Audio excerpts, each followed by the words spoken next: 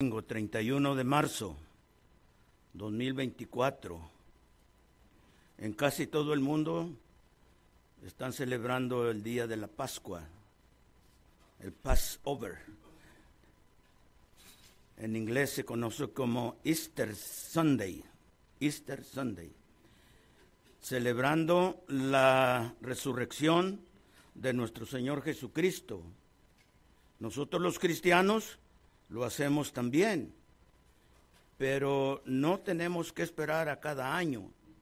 Nosotros lo hacemos cada primer día de la semana al tomar del pan y al comer del pan y al tomar del fruto de la vid. Recordamos la muerte, la sepultura, la resurrección y también la venida de Cristo. En esta mañana, hermanos, les voy a hablar de las 7 palabras de nuestro Señor Jesucristo,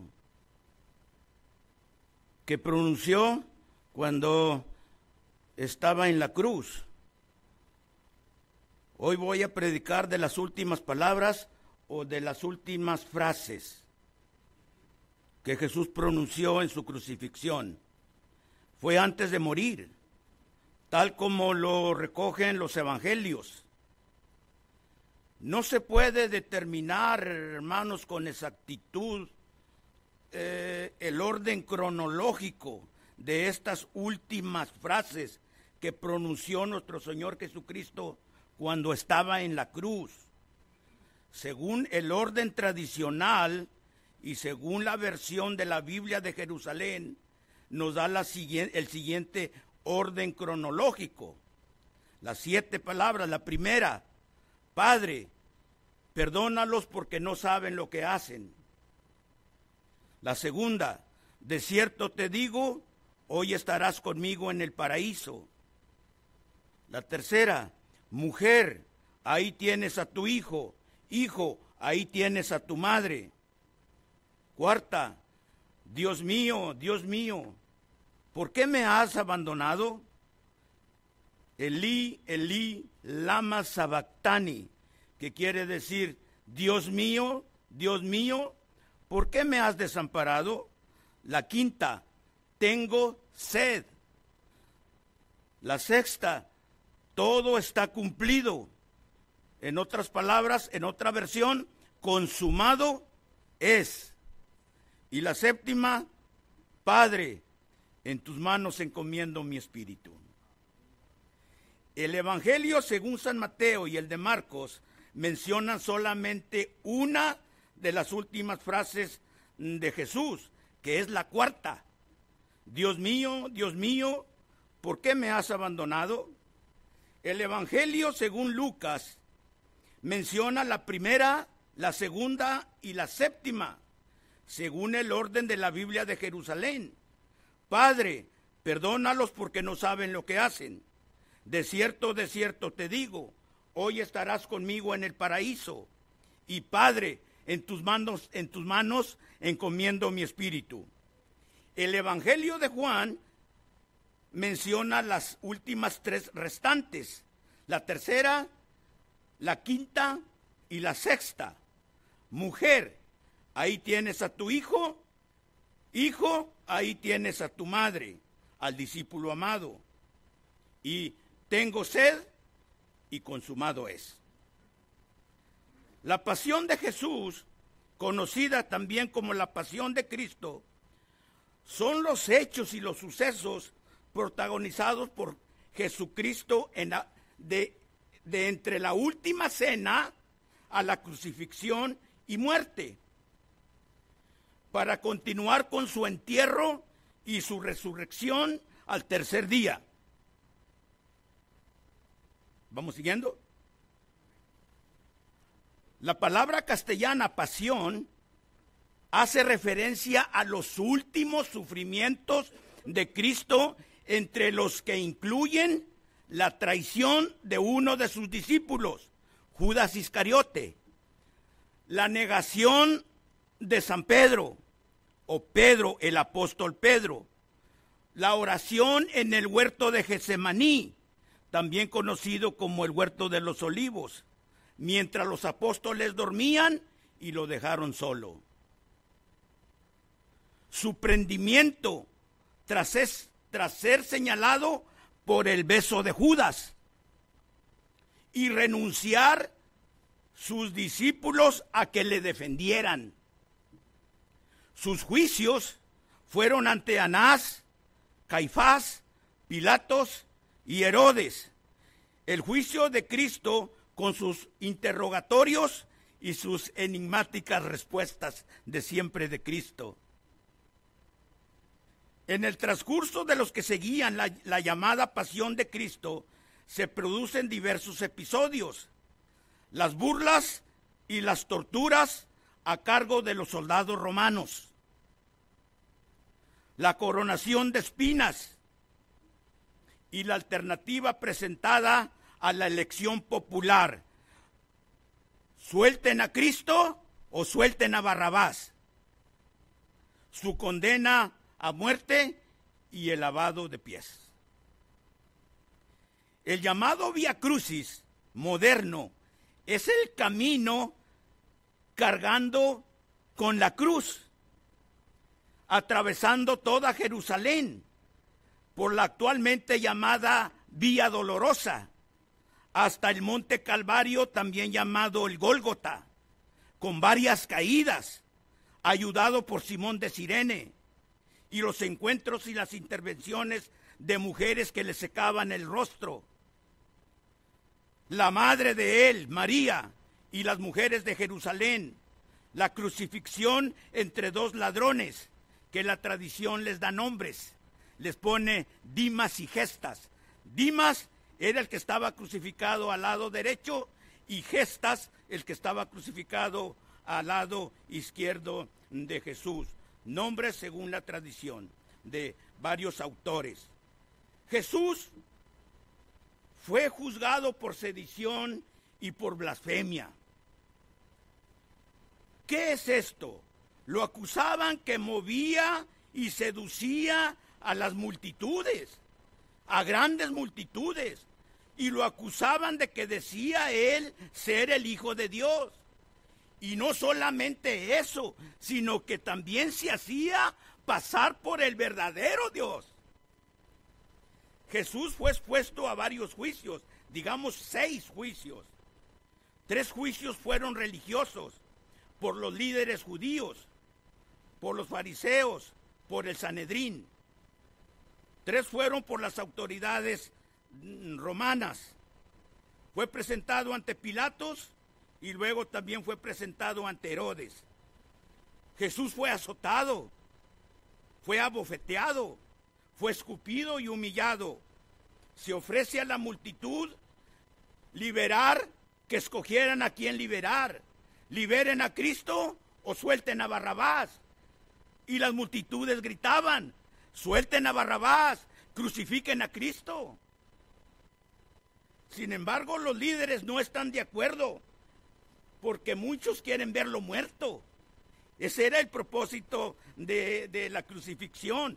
Jesús pronunció allí, en ese punto, 7 palabras, que yo más bien diría 7 frases, mientras moría colgado en la cruz del Calvario. Aún en su agonía, y cuando el dolor le consumía hasta el extremo, emitió estas palabras o estas frases que deben de motivar nuestra conciencia, y que deben de motivar nuestra mente, y que deben hacernos arrepentirnos. Son 7 palabras, 7 frases. La primera es una palabra o una frase de misericordia. Padre, perdónalos porque no saben lo que hacen. La recoge Lucas en el versículo 34 del capítulo 23. Lucas 23 dice, y Jesús decía, Padre, perdónalos porque no saben lo que hacen. Y repartieron en sí sus vestidos y echaron suertes. Estas palabras, hermanos, constituyen la postura cumbre de la doctrina cristiana sobre el amor y sobre el perdón. Fue pronto practicada por los primeros cristianos del siglo I. Ahí está Esteban, el primer mártir cristiano, y después también fue practicada por los siglos subsiguientes. Cuando Esteban primer mártir cristiano, estaba ya cerca de su muerte por la golpiza y por las pedradas que había recibido, dice la Escritura que poniéndose de rodillas y clamando a gran voz, dijo: Señor, no le tomes en cuenta este pecado. Es decir, perdónalos, porque no saben lo que hacen. Ya estaba practicando lo que Cristo estaba pronunciando en la cruz del Calvario. Padre, perdónalos, porque no saben lo que hacen. ¡Qué amor tan grande, hermanos! Este es el verdadero amor que Cristo nos enseña. Es coherente, tiene relación con la doctrina de Cristo sobre el amor a los enemigos. El amor a los enemigos que debemos orar. Dice Cristo: pero yo os digo, amad a vuestros enemigos, bendecid a los que os maldicen, haced bien a los que os aborrecen, y orad por los que os ultrajan y os persiguen. ¿Qué significado tan profundo y verdadero? ¿Qué diferencia hay entre el cristianismo y entre el mahometismo, entre el budismo, entre el confucismo? ¿Qué diferencia? ¡Cuán enorme! Miren la enseñanza de Cristo. Amad a vuestros enemigos, bendecid a los que os maldicen, perdónalos a los que te han humillado. Con la oración del Padre nuestro, dice Cristo, y perdona nuestras ofensas, como también nosotros perdonamos a nuestros deudores. Y en su propia conducta, durante la pasión de Cristo, pronuncia estas bellas palabras Cristo: Padre, perdónalos, porque no saben lo que hacen. Una oración muy personal, muy celestial, muy divina. En esta oración, hermanos, intercede por los que lo iban a matar y le pide a Dios que los perdone. Padre, Padre quiere decir, es una palabra muy íntima, que hay una comunión muy íntima entre el Hijo y el Padre. Padre, perdónalos porque no saben lo que hacen. El propósito de la cruz era traer perdón, y eso es lo que Cristo hizo cuando se ofreció. Pidió a Dios que perdonaran a quienes lo querían matar. Pidió a Dios perdón por ellos. Jesús le pide perdón a Dios por los romanos. Jesús pide perdón a Dios por los judíos religiosos. Jesús pide perdón a Dios por los fariseos. Jesús pide perdón por los saduceos. Jesús pide perdón por todo el pueblo de Israel y por todos los gentiles también, incluyendo nosotros. ¡Gloria a Dios! Cristo estuvo ahí intercediendo por cada uno de nosotros, hermanos, al igual que los que lo mataron. También nosotros también, al igual que ellos, no sabemos lo que hacemos. Porque nosotros mismos hemos sido culpables en muchas ocasiones de sedición y de blasfemia. Cuando éramos rebeldes, cuando éramos pueblo gentil, cuando aún no habíamos conocido al Señor, Cristo se compadecía de los enfermos y los sanaba. Cristo se compadecía de las gentes hambrientas y les daba de comer. Pero lo extraordinario de todo, hermanos, es compadecerse del enemigo. Es algo que no se puede creer. ¿Cómo me puedo yo compadecer de mi enemigo? El que quiere hacerme un mal, el que quiere matarme, el que quiere estafarme, y compadecerse de él. Pues así es, hermanos. Hasta este punto llegó el amor de Cristo por nosotros. Es seguro que los enemigos de Cristo, aquellos que le martiriaban, que lo azotaban, que lo injuriaban, que lo escupían, quizás estaban esperando oír malas palabras de Cristo, algunas maldiciones, malas palabras, injurias de lo que él estaba sufriendo, por lo que él estaba padeciendo. Esperaban oír por lo menos quejidos de dolor. Y fíjense lo que salió de él. En vez de oír maldiciones, palabras falsas, palabras feas, ante ellos salió una plegaria de amor y de perdón. Qué hermoso el Señor. Gloria a Dios por esto. Qué hermoso nuestro Dios al que estamos siguiendo. Una plegaria de amor dulce y suave, pidiendo perdón por los que le ultrajaban. Padre, perdónalos, porque no saben lo que hacen. Lo interesante de este verbo, hermano, como nos dicen algunos eruditos de la Biblia, es que el verbo no está en pasado, sino en gerundio, que quiere decir una continuidad. Es decir, que lo iba repitiendo. Padre, perdónalos porque no saben lo que hacen. Al rato, Padre, perdónalos porque no saben lo que hacen. Repitiendo la palabra o la flecha, o la frase. Se ha dicho con razón, hermanos, que comprender es perdonar. Es perdonar. Él comprendía la ignorancia de este horrendo crimen que estaban haciendo. Dice, no saben lo que están haciendo. ¿Alguna vez has sentido tú el dolor agudo o muy agudo, que prefieres mejor la muerte?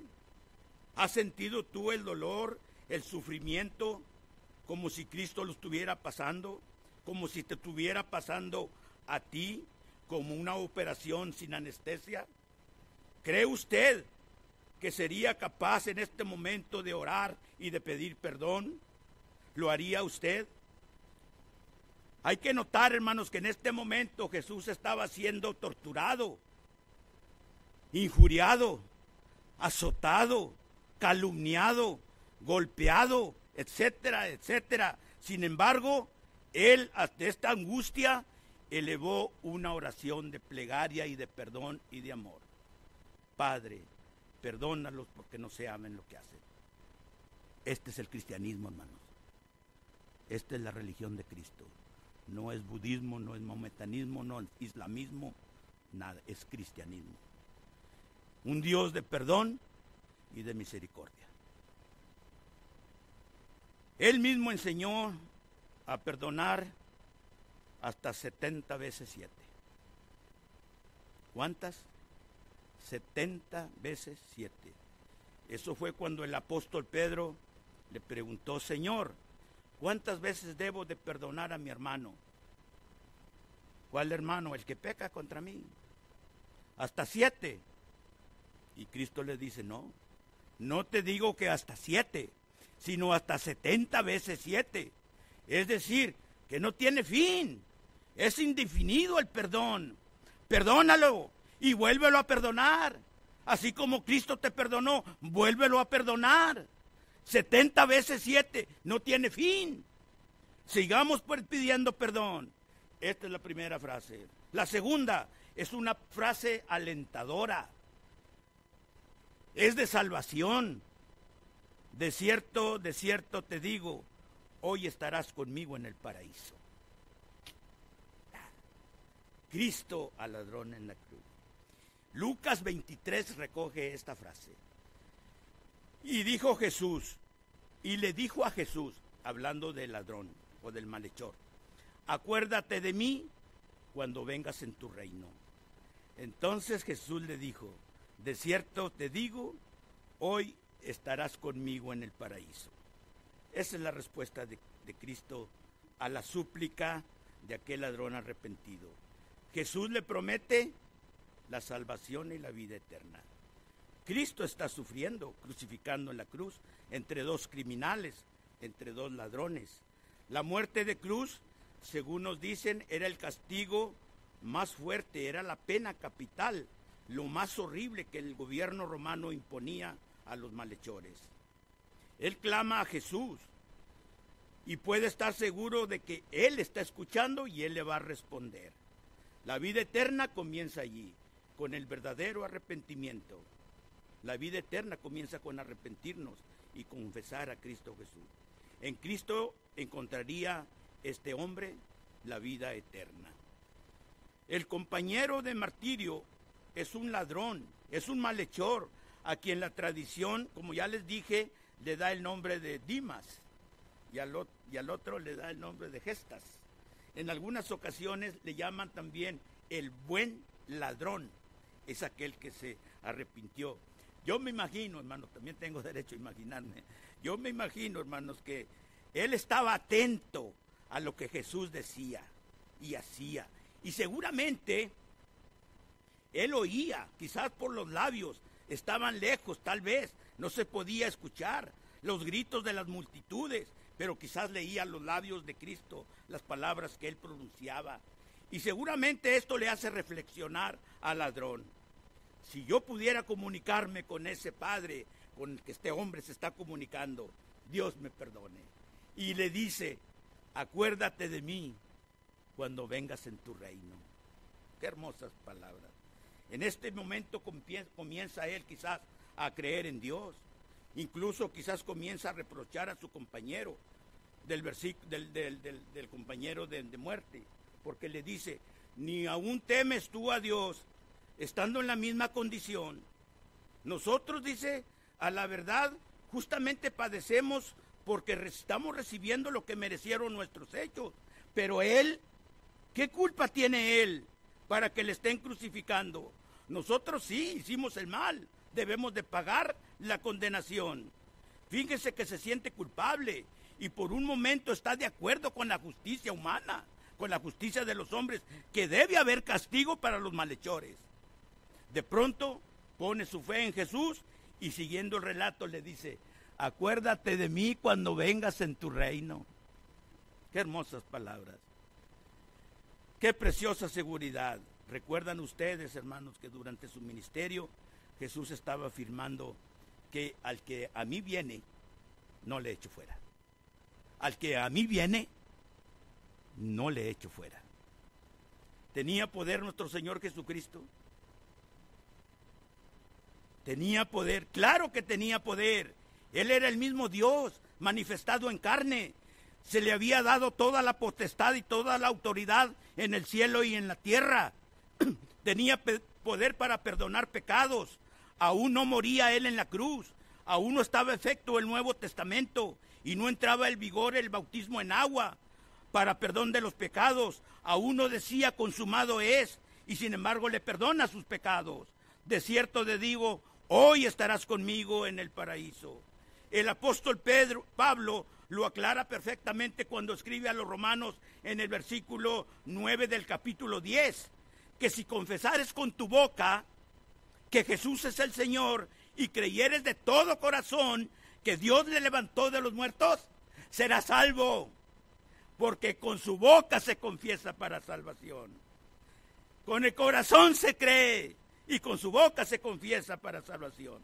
Y el apóstol Pedro, hermanos, en aquella gran multitud reunida de todas las naciones en el día de Pentecostés, 50 días después de haberse celebrado la Pascua, les dice, arrepentíos y bautícense cada uno de vosotros en el nombre de Jesucristo, para perdón de los pecados, para recibir el Espíritu Santo, porque para ustedes es la promesa y para todos sus hijos, y para todos los que el Señor justo Dios llamare.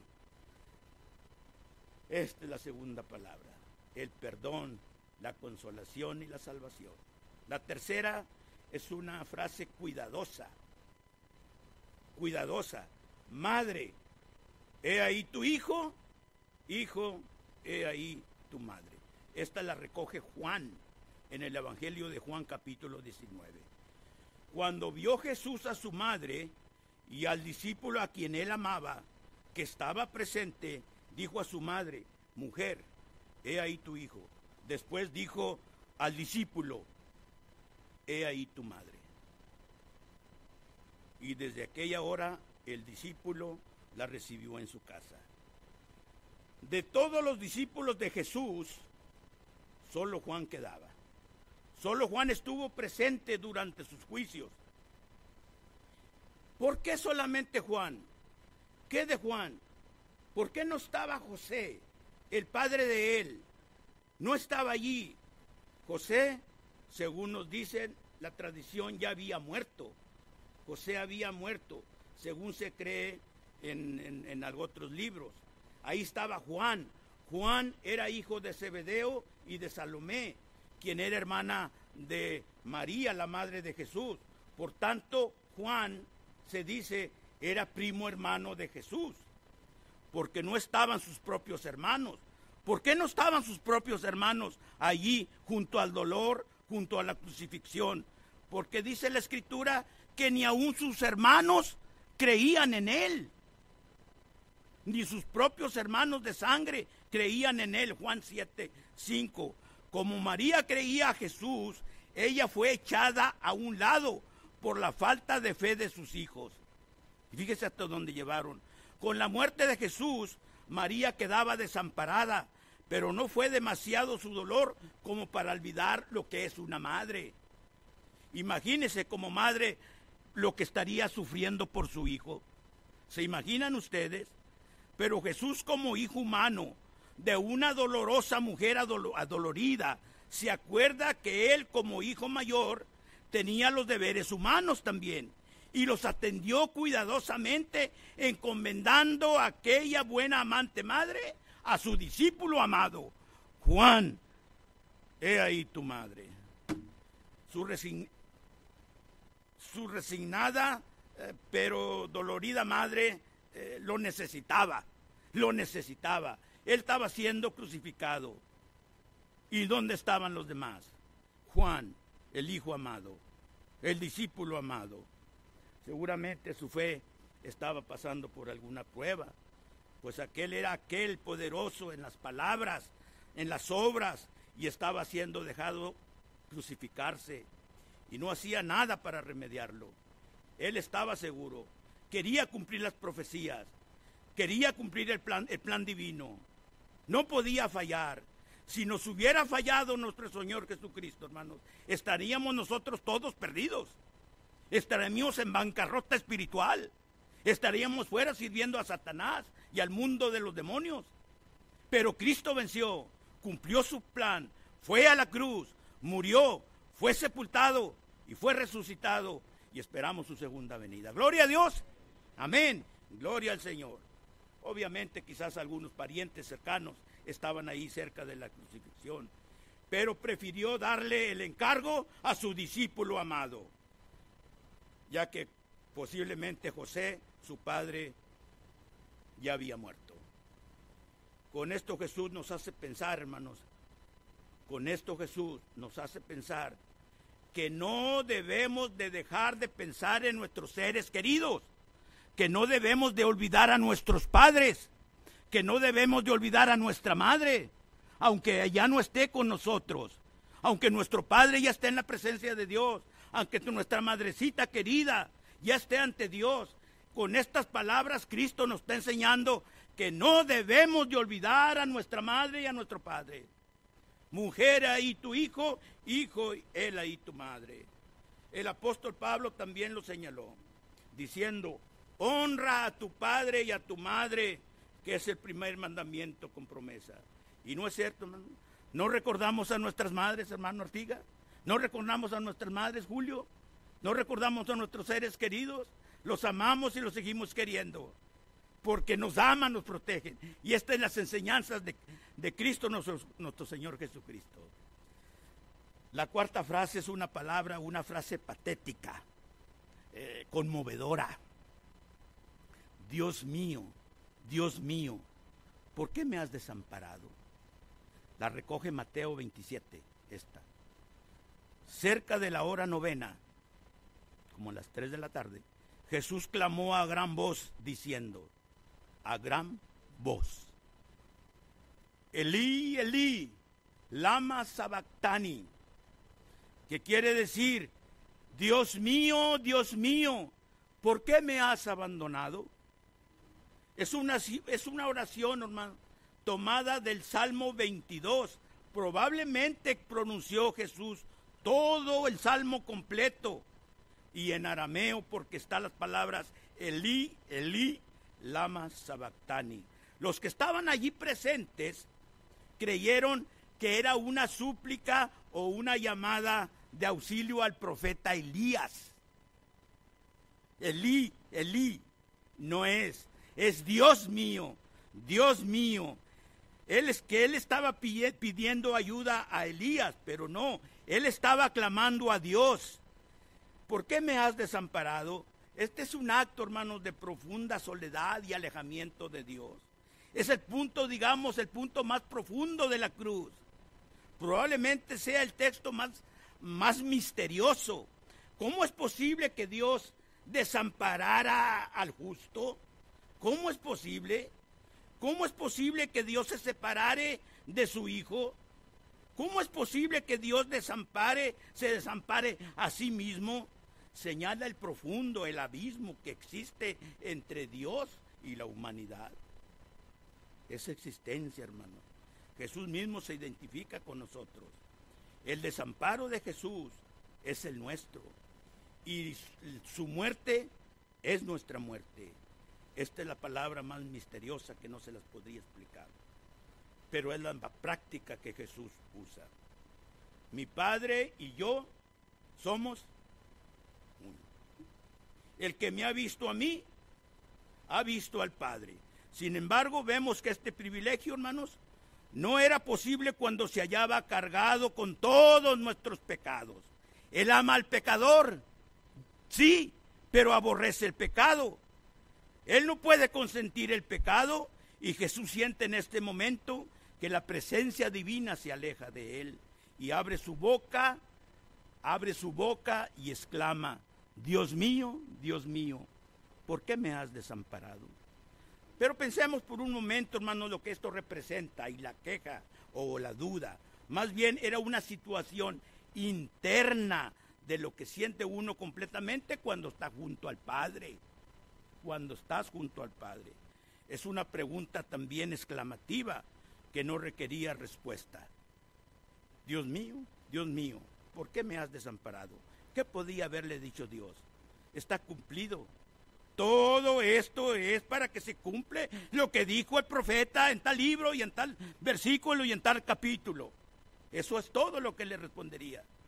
A eso te mandé a la tierra. Te mandé a la tierra, me hice hombre, habité entre el pueblo y vieron mi gloria. Y aquí estamos, estás cumpliendo con el plan divino. ¿Qué tal, hermano? La palabra expresiva. Tengo sed. Tengo sed. 2 palabritas nada más. Después de esto, sabiendo Jesús que ya todo estaba consumado, dijo para que la escritura se cumpliese. Dijo: tengo sed. Sed. Es la expresión de una ansia fisiológica de Cristo en la cruz. Se trata, en primer término, de la sed física, uno de los mayores tormentos de los crucificados. Tened sed. ¿Alguna vez ha pasado usted por sed y no hay dónde tomar agua? ¿Ha pasado por momentos de estos duros? Tengo sed y no hay dónde tomar agua. La palabra esta, hermano, también fue tomada de uno de los salmos, del Salmo 19, del Salmo 68 y del Salmo 21. Tengo sed. Se interpreta también en sentido alegórico. La sed espiritual de Cristo es la consumación de la redención para la salvación de todos los hombres, y que todos vengan al conocimiento de la verdad. La expresión tengo sed cuadra con la estructura del cuarto evangelio y nos invoca a tener una sed espiritual, lo que Cristo experimentó en la cruz del Calvario junto a la mujer de Samaria en el pozo de Jacob. Tengo sed. Señor, ¿me pides a mí que te dé agua para beber? Tú siendo judío, yo samaritana. El que beba de esta agua vuelve a tener sed. Hablando de la agua física y hablando de la sed espiritual, mas el que beba del agua espiritual que yo le daré, no tendrá sed jamás. Esa es la vida abundante. Esos son los ríos de agua viva que brotan en nuestro ser cuando nos entregamos de lleno a nuestro Señor Jesucristo y lo abrazamos como nuestro Salvador y como nuestro Redentor personal. El que beba de esta agua vuelve a tener sed. El que beba del agua que yo le daré no tendrá sed jamás, sino será en él corrientes de agua viva que salgan de todo su cuerpo y por todos los poros de su cuerpo. Gloria a Dios. Bendito sea nuestro Señor Jesucristo, hermano. Cristo nos enseña el gran futuro que nos espera, la dicha y la felicidad en el mundo entero. La sed espiritual ha de consumir la redención para toda la salvación de todos los hombres. Nuestra humanidad en Cristo es que es un hombre real. Era un hombre real. No era un fantasma, sino un ser humano verdadero que tenía sed. En otra ocasión tuvo hambre. Denme de comer. Tengo hambre. Aquí dice, tengo sed. Su dolor fue tan real como el nuestro. El vinagre que le dieron, mezclado con sidra, se daba al crucificado para endrogar su mente, al penitente. Se le daba para que la pena del crucificado no fuera tan amarga. El vino ayudaría al crucificado a olvidar su dolor, sus sufrimientos. Muchas personas escapan cuando tienen problemas y se reúnen en el alcohol, en las drogas, en los vicios, para aliviar sus dolores y aliviar sus penas, cuando es lo peor que pueda haber. Les empeora más la situación. Cristo nos enseña otro camino. Cristo enfrentó el futuro. Ante la copa que estaba tomando, Jesús se negó a tomar del vinagre, del vino, para que no envenenara su cuerpo. La palabra sed refleja que ya casi todo el líquido de su cuerpo se estaba consumiendo. Ya no tenía nada. Completamente deshidratado. No tenía nada. Era una necesidad física que sentían todos los crucificados, hermanos. Por eso, algunos verdugos mezclaron vinagre con hiel amarga y muy pestilente que quisieron que él bebiera. Pero él no lo aceptó. Incluso hoy en día, hermanos, él sigue recibiendo vinagre y hiel de muchos que no quieren aceptar sus sacrificios de Cristo.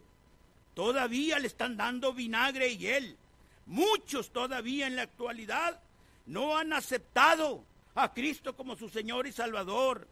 Sí, hermanos, aún día Cristo sigue recibiendo vinagre y hiel de muchos que le rechazan, de muchos que no deciden seguirlo, de muchos que no deciden obedecer el Evangelio, que domingo tras domingo están aquí sentados en las bancas, pero no han hecho una decisión de seguir a Cristo con todo su corazón y con toda su alma, y siguen dándole vinagre y hiel a Jesucristo. Cuando ya deberíamos de hacer esto, aún Él, porque tú no te has bautizado, Él sigue recibiendo los mismos reproches de aquellos que le azotaban al ser tú desobediente a su palabra. Dispénsame que te lo diga, pero es la verdad. Cuando lo hagamos, hagámoslo por amor y por agradecimiento, hermano. Que nuestras alabanzas sean genuinas y no solo para llenar un espacio. La sexta, una palabra o una frase garantizadora. Garantizadora. Cuando Jesús dijo, consumado es, y habiendo inclinado la cabeza, entregó el Espíritu. Todo está cumplido. Consumado es. Se puede interpretar, hermanos, como la proclamación en boca de Cristo del cumplimiento perfecto de las Escrituras, del Antiguo Testamento, de los profetas, de la ley, de los salmos. Todo se ha cumplido. Consumado es. He terminado mi carrera. He acabado la obra que me diste que hiciese. Señor, he cumplido, no te he fallado. Voy a la cruz, voy a la muerte. He cumplido tu palabra, he cumplido tu plan de salvación para toda la humanidad, mis hermanos. He cerrado con broche de oro el programa que habías preparado desde antes de la fundación del mundo. Voy a la cruz, voy a salvar al mundo perdido, voy a dar mi sangre, voy a derramarla toda por completo, para que todo aquel que crea tenga vida eterna. Amén. Es una declaración de victoria, hermano. Cristo había cumplido su misión.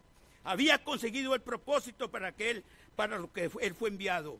Con su obediencia perfecta, Jesucristo cumplió toda la ley en toda su plenitud.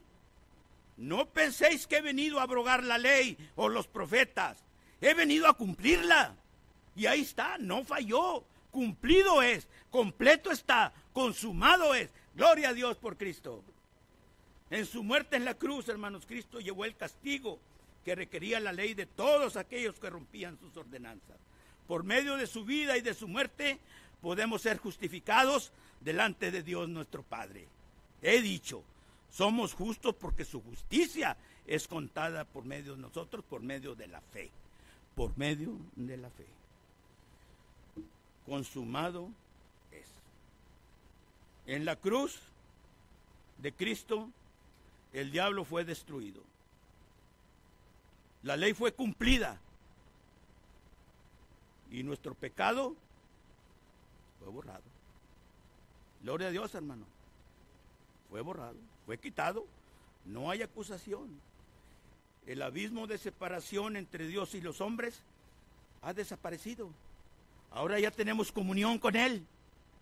Gracias al sacrificio de Cristo. Ya tenemos comunión con Él.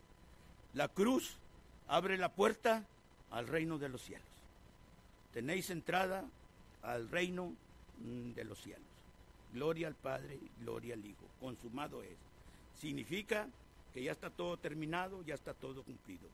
Y garantiza una salvación perfecta. Perfecta. No hay dudas. Si Dios ha dicho que le perdona sus pecados, le perdona sus pecados. Si Dios ha dicho que en el bautismo le reviste de Cristo, le reviste de Cristo.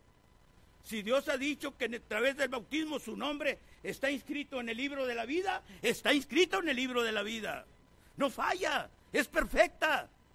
Todo lo que Dios dijo es perfecto y es verdadero. Garantiza una salvación perfecta a la que nadie ni nadie puede añadir ningún mérito, ninguna obra, sino la salvación por medio de la gracia y del amor de nuestro Señor Jesucristo.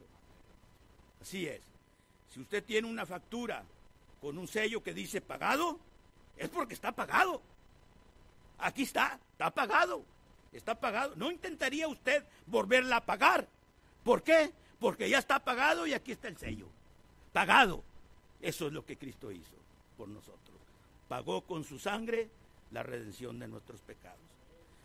Esto es, hermano. Finalmente, la número 7, termino. La palabra reveladora. Padre, en tus manos encomiendo mi espíritu. Esto lo dice Lucas 23. Entonces Jesús, clamando a gran voz, dijo, Padre, en tus manos encomiendo mi espíritu. Y dicho esto, expiró. Y es de celebrar o de llorar, yo no sé. Ustedes lloren o celebren, yo no sé cómo sientan ustedes. En tus manos encomiendo mi espíritu. Y expiró. Ahí está. Esta palabra expresa la oblación o la ofrenda, el sacrificio de su propia vida que Jesús pone a disposición de cada uno de nosotros. Esta evoca al Salmo 30. Está en el Salmo 30. El justo atormentado confía su vida a Dios, bondadoso y fiel. El justo atormentado confía su vida al Dios amoroso, bondadoso y fiel. Amén. En Cristo todo se había cumplido. Solo quedaba morir. Lo que acepta con agrado y lo acepta libremente nuestro Señor Jesucristo. Esteban, como ya lo pronuncié, fue el primer mártir que murió por causa de Cristo. Y él pronunció casi las mismas palabras de Jesús cuando estaba ya para morir. Ahí estaba Saulo y otros líderes del Sanedrín y de la religión. Y Esteban, ya para morir, inclinó sus rodillas y dijo, Padre, en tus manos encomiendo mi espíritu. Y murió. Y murió. Las últimas palabras nos muestran un principio que todos los que tenemos a Dios como Padre podemos seguir. Encomendar nuestro espíritu a Dios cuando llegue el momento de partir de esta tierra. Tenemos que partir un día, tenemos que morir un día. Cuando llegue el momento, aprendamos estas palabras de Esteban y de Cristo. Señor Jesús, en tus manos encomiendo mi espíritu, porque polvo eres y al polvo volverás. El cuerpo vuelve a la tierra como era, y el espíritu vuelve a Dios que lo dio. Por eso decía Esteban, Señor Jesús, en tus manos encomiendo mi espíritu. Y Cristo al Padre, Padre, en tus manos encomiendo mi espíritu. Porque la vida nuestra no termina en la tumba, no termina en los cementerios. La vida empieza allí, a vivir. En tus manos encomiendo mi espíritu. Cuando llegue uno a partir de este mundo, aprendamos estas frases. Padre mío, en tus manos encomiendo mi espíritu. Fue tan potente estas palabras, hermanos, que hasta la misma tierra se estremeció, tembló y ni siquiera pudo contener a los muertos. Llega el momento de su muerte, pero Cristo no teme aquella parte espiritual de su tragedia. Antes Él habló a Lázaro junto al seno de Abraham. Ahora disponía entrar a aquellas puertas eternas, seguramente donde miles y miles de ángeles alrededor de las calles esperaban su venida para conmemorarlo y darle la gloria y la honra. Bienvenido seas, Jesús. Los cielos estaban abiertos para llevar el triunfo a su aposento celestial, donde fue a preparar nuestras moradas. Y de la manera que está establecido, a los hombres mueran una vez, y después de la muerte el juicio. De modo, hermanos, hemos de pensar que aquel valle sombrío, por la muerte redentora de Cristo, es la garantía de que podemos terminar nuestros días con la confianza puesta en Él. A pesar de cualquier circunstancia que puede pasar, podemos decir con toda seguridad, Padre, en tus manos encomiendo mi espíritu, y expirar cuando ya estemos listos. Mi pasos dejo, mi pasos doy. Yo no la doy como el mundo la da. No se turbe vuestro corazón, ni tenga miedo. En la casa de mi Padre hay muchas moradas. Voy pues a preparar lugar para vosotros. Y si me fuere, y os prepararé el lugar, vendré otra vez. Vendré otra vez y os tomaré a mí mismo, para que donde yo estoy, vosotros también estéis. Finalmente el apóstol Pablo también lo afirmó. Porque de ambas cosas estoy puesto en estrecho, teniendo deseo de partir y estar con Cristo, lo cual es mejor. Termino, concluyo. Cuando Cristo dijo su última palabra, hermanos, en la Biblia se explica que el velo del templo se rasgó en dos, de arriba a abajo.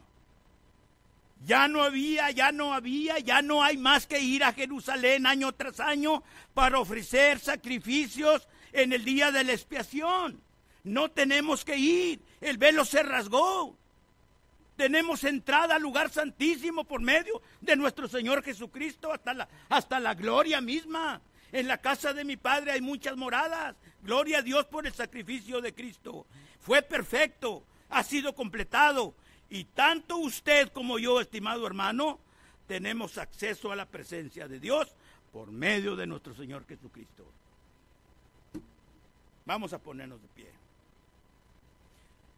Si usted, estimado hermano o amigo visitante, si usted no ha tomado el beneficio de ese sacrificio perfecto que hizo Cruz en el Calvario, hoy Jesús le extiende a usted una invitación para que se beneficie de ese sacrificio que hizo Cristo por nosotros. La Biblia dice, si oyeres hoy su voz, no endurezcáis vuestros corazones. Dios les bendiga, Dios les guarde. Vamos a cantar el himno.